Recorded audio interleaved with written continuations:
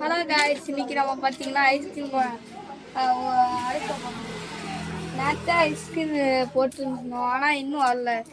இந்த கம்பெனிக்காரங்க எங்களுக்கு வெயில் காலத்தை மட்டும் ஏன் ஐஸ்கிரீம் தர மாட்டேங்கிறாங்கன்னு தெரியல. நீங்கள் அங்கே வேலை பண்ணிட்டு இருந்தீங்கன்னா எங்களுக்கு சொல்லி விடுங்க. பார்த்தீங்கன்னா இப்படி நீட்டாக இருக்குன்னா தான் அழகாக வரும்.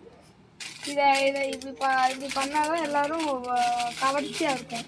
பார்த்தீங்கன்னா இது வந்து மில்க் அந்த மாதிரி இந்த ரசம்லாம் எடுத்து அவங்க அரமுள்ள வெளியே வச்சுருந்தோம். இல்லைன்னா அதுக்கப்புறம் நம்மக்கிட்ட இருந்து ஃப்ரிட்ஜை பிடிங்கிறாங்க. அதனால வாங்க நான் அடிக்கிறேன். இதுதான் லச்சி. சாடை நல்லாயிருக்கும், 5 ரூபா தான். நீங்கள் யாராச்சும் இங்கே வந்தீங்கன்னா வாங்கிக்கோங்க. அதே மாதிரி உங்கள் ஃப்ரெண்ட்ஸுக்கும் ஷேர் பண்ணி இங்கே இந்த கடையில் ஐஸ்கிரீம் சூப்பராக இருக்குன்னு நினைக்கிறேன். பார்த்தீங்கன்னா இதுதான் பைட். சின்னதாக இருக்கும், ஆனால் டேஸ்ட்டாக இருக்கும். பார்த்தீங்கன்னா இது வந்து 20 ரூபா கப் ஐஸ். பார்த்தீங்கன்னா இது 100 ரூபா கப் ஐஸு.